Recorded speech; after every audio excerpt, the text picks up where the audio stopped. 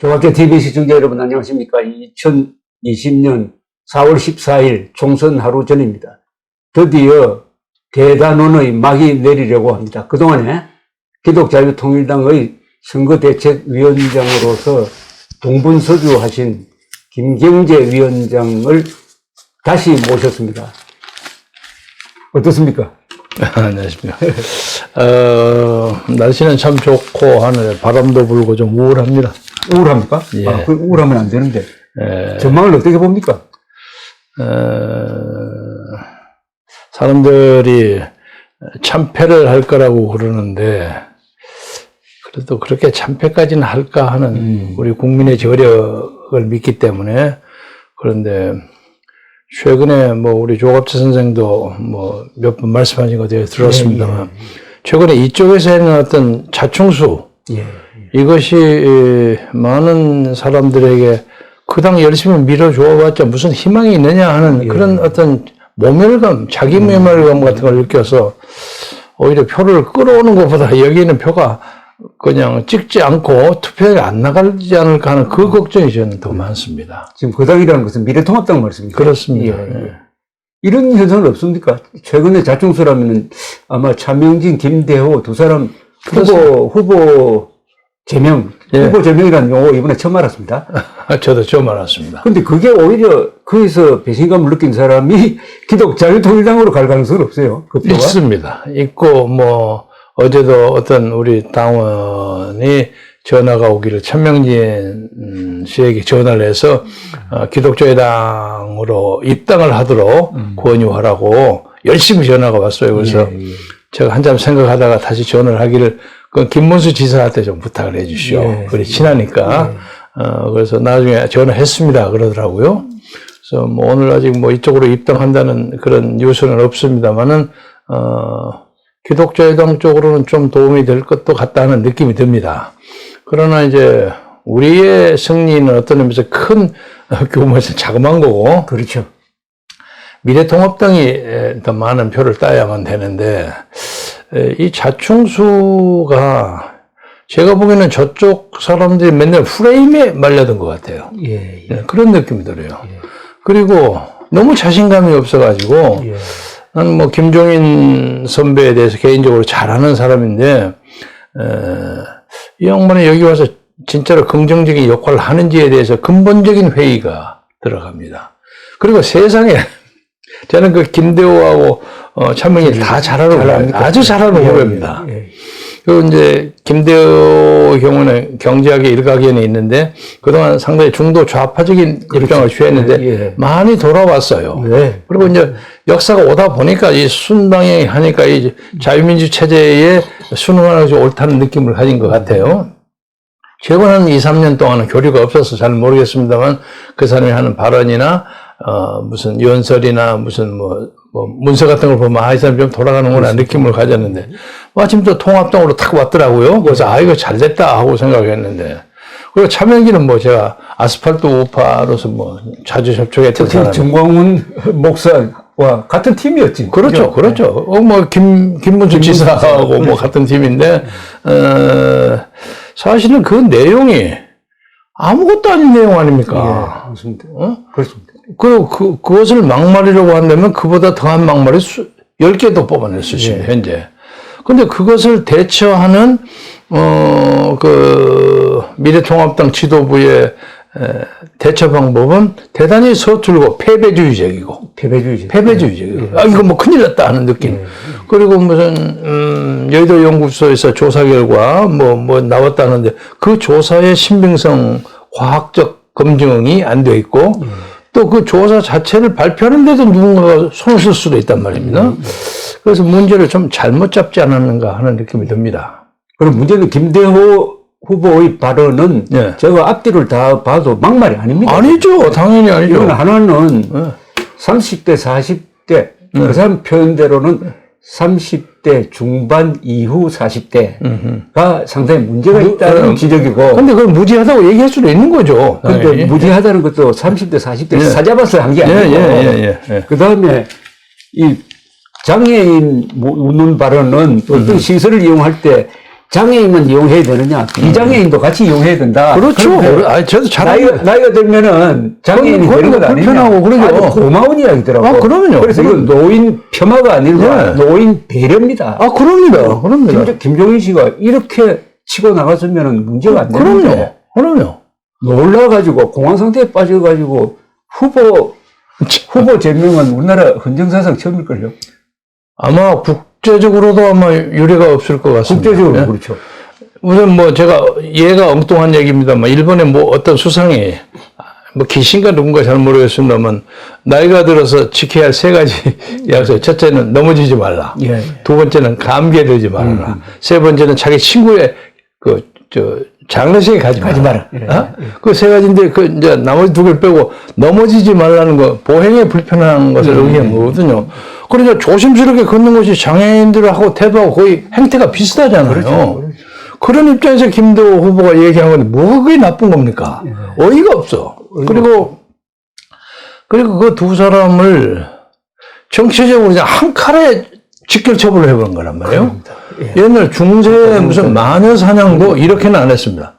와서 하다못해 인민재판도 와서 뭐라 좀 따지 형식적 발언권을 줘야지. 그렇죠. 아무것도 없이 소명도 못하고 잘려서 다시 재심 청구해 그것도 기각해버리고 아니 이런 놈의 독재가 어디 있습니까? 저도 김대호 씨는 윤리위원회에 자기가 가서 발언하겠다고 해도 오지 말아야 된다고. 이게 말이 안 되고 도대체 그 몇몇의 최고위원들을 보니까 윤리위원회는 제가 잘 모르겠습니다. 최고위원회 알만한 사람들이 많이 있더라고요. 아니 그 사람들이 아무리 지도부의 눈치를 본다고 해서 말 한마디도 안 하고 그 한 사람의 정치적 생명을 단칼에 그렇게 없애버립니까? 차명진 후보는 그동안에 청와대 앞에서 농성하고 여기 가장 두드러진 사람이 정광훈, 김경재, 김문수, 차명진 이 4사람이었는데 상당히 특별한 감정을 느끼겠습니다. 차명진 씨에 대해서. 아이고 속된 말이면 제 정치학과 직계 후배입니다. 예, 그래서 특별하게 관심이 많아요. 네. 그리고 말 표현이 아주 직설적이고 전곡을 찌르고 때로는 김문수 지사하고 토닥토닥하고 말 다툼을 많이 합니다. 절대 그냥 구부리지 않습니다. 그래서 개성이 참 강한 사람이다 하고 참 좋게 봤는데 그동안 고난을 많이 겪어서 이번에 모처럼 다시 컴백하기에 적절한 나이에요. 그렇습니다. 참 적절한 나이에 그렇게 탁 꺾여버리니까 그 책임을 누가 집니까? 그런데 방송하는 분들을 하기 위해서 이 팩트를 정리할 필요가 있는데 이 발언이 나온 거는 자기가 토론회에 나가서 스스로 한 게 아니잖아요. 그렇죠. 상대방이 여자분이 김상희의 프레임에 빠져들어간 거죠. 굉장히 도발적인 질문을 했습니다. 심지어 이런 말도 했잖아요. 어떤 역사학자가 세월호 사고 이후에 이런 이야기를 했다. 진보와 보수가 있는 게 아니라 짐승과 사람과 나눠있다. 마치 차명진 후보를 짐승 쪽으로 비유하는 이런 말을 하니까 발칵해가지고 한 이야기가 그게 무슨 막말이냐 이거죠. 어떻게 보면 정당방위적인 이야기 아닙니까? 그럼요. 저도 뉴스포스트인가 보셨어요? 그 기사를 몇 년 전에 봤어요. 봤는데 이제 그게 좋게 말하면 아주 미화를 하자면 그 슬픔 속에서 슬픔을 위로해 주다가 어떻게 애정이 싹 칠 수가 있는 거죠. 그래서 그래도 그 남자 주인공이 좀 특이한 사람이기 때문에 참 특이한 인연도 있구나 하고 생각을 했는데 그리고 그 후에 복잡한 일은 제가 잘 몰랐고 그런데 그것을 가지고 세월호 문제를 올해 이제 6년째 되죠. 제가 엊그제 어디 가서 그랬으면, 아니, 세월호를 얼만큼 세월을 더 끌어야 하느냐, 이거. 3년상의 2배네. 그러니까. 그 세월호를 가지고 평생을 세월호 타령을 하고 사느냐. 저도 그 팽목항에도 열심히 가고, 열심히 그들에게 동참하고 연대하고 했습니다만은, 나는 세월호를 정치 문제화 했던 사람들이 어머니, 아버지라고는 생각하지 않지만, 이 계기에 세월호에 관계된 분들이 이렇게 많이 끌어가는 것이 비명의 세상을 떠난 그 사랑하는 아들, 딸들의 영혼의 진정한 위로가 될 것인가를 진정하게 한번 생각해 주시고 우리가 이 세월호의 구렁텅이에서 다 빠져나갈 수 있는 그런 도덕적 해방의 계기가 됐으면 좋겠습니다. 더구나 참 아쉬운 게 차명진, 김대호 두 분이 한때 좌파 운동을 한 사람들. 그럼요. 그런 유명한 사람들이 좌파들. 이렇게 돌아서 우파에서 앞장서서 싸운다는 것은 굉장히 소중한 자산이거든요. 그리고 또 그들에게 일종의 보복을 당한 것 같은데. 고마운 거죠. 예. 그런데 이 두 사람은 우리 보수가 적극적으로 다른 후보보다 더 보호를 해줘야 됩니다. 이런 사람들은. 그런데도 내치고 하니까. 근데 기독자유통일당은 뭐 이번 선거와 관계없이 하여튼 선거 이후에도 차명진 씨의 명예회복을 위해서 많이 좀 힘써요. 같이 운동하렵니다. 같이 운동. 자, 그런데 이번 선거 운동이 굉장히 어려웠던 게 그 정광훈 목사께서 지금 구속 재판을 받고 있고, 더구나 보석 심리를 하고 나서도 열흘이 지났는데도 가타부터 판단을 안 해요. 지독한 사람들입니다. 근데 그런 과정에서 이 선거 운동을 하셨는데 굉장히 불리했습니다. 불리했습니다. 예, 아주 불리한 게 우선 구속당하기 전부터 전 목사님이 현직 의원을 좀 모셔오라고 뭐 입만 열면 그 얘기를 계속 하셨어요. 그리고 뭐 경우에 따라서 또 옮기고 어쩌고 하는데 약간 노잣돈을 필요로 하는 사람도 있잖아요. 그런 것도 고려를 해서 해보시라고. 뭐, 심지어 그런 얘기까지 했어요. 그래서, 그러면 되겠습니까? 해서 제가 한 20여 명을 접촉을 해갖고, 간신히, 몇 사람을 이제 그렇게 했는데, 우리 조갑재 선생님도 맨 처음에 이제 그 불자라는 문제 때문에 좀 문제가 됐고, 그것도 문제는 됩니다. 솔직히 말해서 문제는 되는데, 정광훈 목사가 여기 계셨으면 거의 좀 잘 해결될 수 있지 않았을까. 설득할 수가 있었는데, 당시에 이제 변호사만 가서 접촉을 하기 때문에 고영일 대표하고 김순규 장로가 가서 하다 보니까 이제 반대파들의 얘기가 더 크게 들어갔겠죠. 그래서 전 목사님도 그걸 수용을 하셔서 저는 이제 원래 생각은 그 양반이 같이 모시고 싶어하는 남자 국회의원도 한 분 있었습니다. 그 양반하고 그리고 뭐 당시에는 히든카드로 나왔던 장경록 목사님을 붙여서 한 8번이나 10번을 그렇게 붙여가지고 하면 저는 이제 계량적으로 여기에서 장경록 목사 한 50만 표, 이쪽 이은재 이쪽에 이제 현역 의원들이 그 수가 있을 테니까 뭐 한 30, 50만, 한 100만 표는 플러스 알파 된다. 그러면 판이 크게 벌어진다고 생각했는데 그게 축소가 돼버리고 말았어요. 뭐 할 수 없죠. 그래서 그 과정에서 저는 이제 기독교도들에게 얘기하는 건 여러분들이 그렇게 아주 순수한 입장에서 하셨으니까 이제 우리 당에 책임져 주셔야 돼요. 한국 기독교가 책임져. 예, 네, 그 얘기를 계속 합니다. 책임져 주시고, 이번에 우리가 3.0 이상을 따지 못하면 이건 한국 기독교의 수치입니다. 다른 거 다 떠나서요. 그래서 조심스럽게 낙관은 합니다만은 앞으로 좀, 특히 오늘부터라도 내일까지 19번이 꼭 돼야 한다는 것을 믿고 있는 분들 한 10사람 정도에게만 쭉 전화해 주시면 아마 수만 표가 늘어나지 않을까 하고 생각합니다. 그런데 3%면 대충 득표 한 100만 표 해야 됩니다. 그죠? 그렇죠. 100만 표. 지금 우리가 지난번에 77만 표에 2.96%를 했어요. 그런데 이제 한 2만 표가 모자라서 의석수를 18,000표가 부족했습니다. 2016년 4월 총선. 그런데 이제 정광훈 목사가 저에게 메시지를 보냈어요. 그때도 우리 여론조사는 0.5%밖에 안 나왔대요. 여론조사보다 항상 많이 나온다. 근데 그때는 이제 이렇게 다른 비례대표가 많지 않았기 때문에 현역 의원이 없어도 이렇게 여론조사에 들어갔던 거예요. 근데 지금은 못 들어가죠. 왜냐면 한 8번, 9번까지 하고 나머지는 수십 개가 있는데 그거 어떻게 다 지워버렸습니까? 그래서, 관심 있는 기독교들이 아니, 왜 우리는 도대체 안 나오냐. 그래서 간신히 지금 어떤 유튜브에서 조사를 한번 했는데 2.4%가 나왔습니다. 그래서 적어도 최소한 2.4% 이상은 된다. 그래서 좀 안심을 합니다. 그런데 제 생각에는 뭐 3.0은 넘으리라고 생각합니다. 3.0을 넘는다면 우리나라 정치 역사상 획기적인 일입니다. 우리 전 목사님은 기적이라 그럽니다. 3.0만 돼도 한 사람만 돼도 이건 기적이다. 이렇게.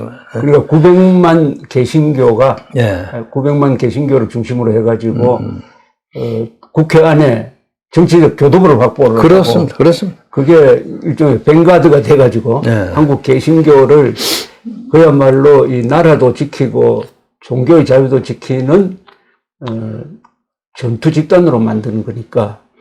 근데 그동안에 선거운동은 어떤 방식으로 했습니까? 우선 김성규 장로는 그 아주 성령이 충만하신 분이에요. 예. 그분은 이제 주로 큰 교회를 이렇게 점잖은 중도파 교회를 이렇게 접근하고 다니고 인사를 하시고 저는 이제 정치권 쪽에서 왔다 갔다 하다가 마침 이제 김문수 지사가 갔다가 돌아온 이제 자리가 좀 적절치는 못했어요. 그러니까 예를 들면 축구 시합할 때 그 선수나 투입하면 우선 가서 자리 잡지 않아서 포지셔닝이 잘 안 돼요.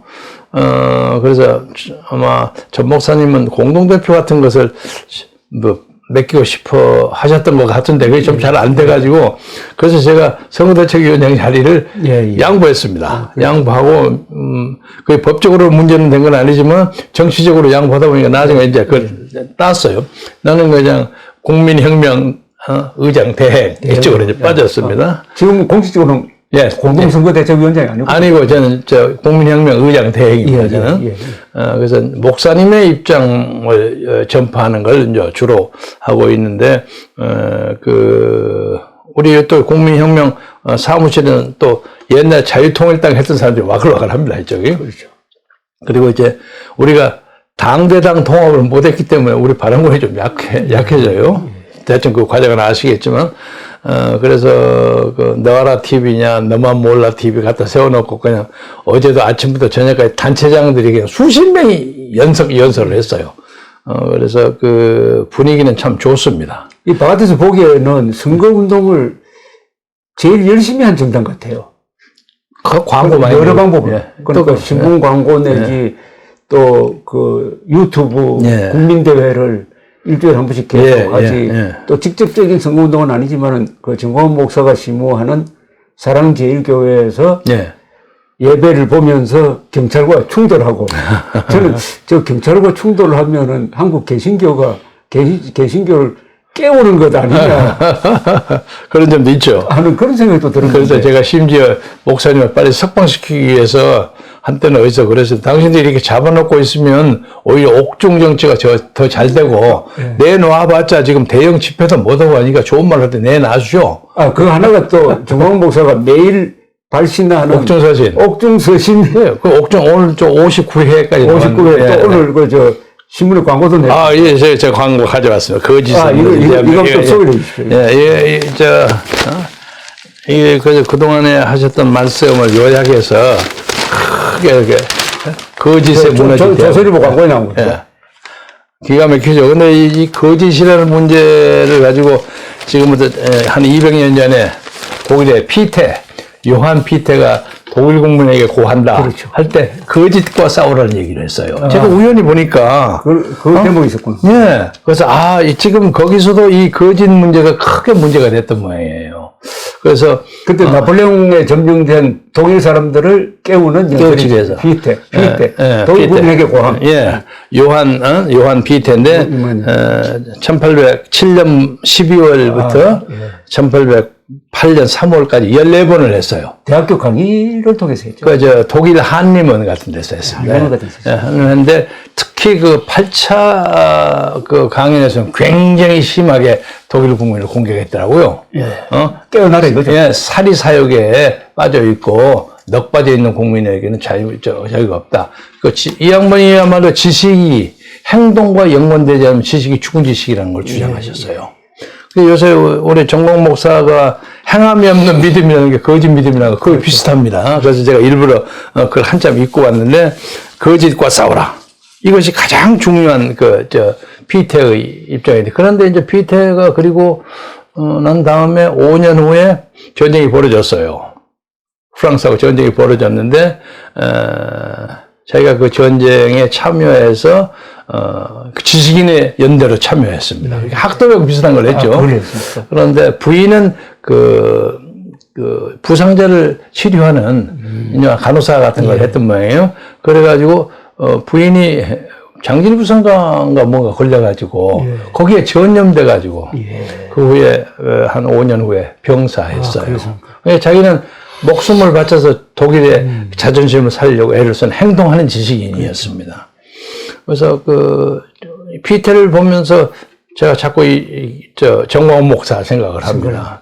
그래서 지금 현재 우리나라에서도 거짓 뉴스가 너무 많잖아요. 그렇죠. 아까 우리 조갑 선생이 얘기하는 지금 참여인들 이게 전부 거짓 뉴스 때문에 다만 거짓과 진실의 대결에서 진실이 지고 있어요. 예. 진실을 포기하고 있습니다. 걔들이 완전히 프레임을 짜갖고 하니까 그렇죠. 냉철한 직권을 가지고 그걸 파헤쳐야 하는데 그냥 말려 들어가는 거죠. 그래서 저는 김종인 위원장 같은 사람도 일부러 그러려고는 생각하지 않지만 이거 잘못하다가 표를 벌릴 것 같다 하는 생각에서 얼른 정리를 했는데 정리를 하는 과정에 너무 과도했어요. 과도했습니다. 그러니까 가만히 있었으면 1단 기사인데 후보 제명이라는 말이 떡 나오니까 이거는 무슨 파렴치범이 아니냐 이래 돼버린 거예요. 아니 세상에 그런 재판이 어디 있습니까? 인류 역사상에. 아니 우리가 그렇게 악독하다는 일본 제국주의도 안중근 의사 같은 사람 잡아가 다 형식적인 재판을 하고 났잖아요. 최후 진술도 하고. 아니 그리고 중세 청년을 그 횡행했던 석권했던 마녀사냥도 다 불러서 뭐라 얘기하게 합니다. 근데 이건 얘기하는 것 자체도 없이 그의 정치적 생명을 그냥 한 칸에 잘라버린 거 아니에요. 한 칸에 자른 거죠. 그래서 이 잔인함이 우리 한국 사람들 너무 잔인해. 난 도대체 이런 법이 있는다 상상도 못했습니다. 자, 이제 이 숨어있는 표가 나와야 기독자유통일당이 3%를 넘는데 그 숨어있는 표가 기독교 표고 또 광화문 이승만 광장에 나왔던 연인원으로 하면은 어마어마한 이 인원이 이번에 어떻게 움직일까 이게 미지수입니다. 광화문 세력을 얘기하기 전에 제가 그 미래통합당에게 서운했던 것은 광화문 세력을 적극적으로 안았어야만 한다고 생각합니다. 그러면 우선 그 소수정당으로 무슨 우리공화당 무슨 친박연대 이런 것도 다 포용할 수가 있었던 겁니다. 근데 그걸 가지고 물론 그 접근하는 방법이 좀 잘못됐는지는 모르겠으나 모른 채 해버렸어요. 한 칼에 얘기할 필요 없다 이래버리니까 조원인 의원 같은 사람도 기분 나빴죠. 그래서 저는 약간 지금은 경쟁하는 입장이긴 합니다만은 나는 조원인 의원이 적어도 지난 3년 동안 무슨 얘기를 하더라도 서울역에서 태극기 집회를 해서 인정해야 합니다. 어떤 사람은 그거 갖고 돈벌이 했다 어쩌다가 이거 쓸데없는 이게 거짓입니다. 핵심을 봐야죠. 그래서 적어도 그 사람이 자기 달서병입니까? 거기에서 김용팜 후보를 공천하는 것을 좀 생각했어야 합니다. 정도 예우도 하고 홍문종 의원도 좀 그렇고 그런 것에 대해서 조원진 의원이 개인적으로 용서할 수가 없었을 거예요. 이해합니다. 그러나 지금 말이 나왔어요. 이제 지금 42개 공천하지 않았습니까? 우리 공화당에서. 근데 난 42개의 리스트를 쫙 봤어요. 보면서 여기에 있는 어떤 사람이 어떤 선거에서 미래통합당 후보의 당선에 당락에 영향을 미칠 수 있을까 생각을 자세히 봤는데 그렇게 많지는 않은 것 같아요. 많지는 않은 것 같은데 그러나 그걸 사전에 탁 그만두었더라면 훨씬 더 좋은 입장이 될 거 아닌가. 동작을에서는 사퇴를 했습니다. 동작을에서는 사퇴를 하고 나경원 후보 지지를 선언했습니다. 그건 잘 됐고요. 그래서 우리는 호남 5개는 문제가 아니고 이미 이쪽에는 나름대로 정리가 됐고 오늘이라도 조원진 후보가 난 조원진 아니면 미래통합당 중에 하나가 될 텐데 혹시 그것 가지고 그 제3자가 이익을 볼까 봐서 은근 겁나요. 그러니까 솔직히 말해 김용표야 되어주고 조원진도 됐습니다. 그렇게 안 되겠을까요? 둘 중에 한 사람이겠죠. 난 그래서 근데 조원진이 3위더라고요. 그죠? 보니까 조금 올라왔다고 그러는데 그래서 중간에 이익을 보게 되면 조원진의 비판을 많이 달리는데 그런 일이 없기를 바랍니다.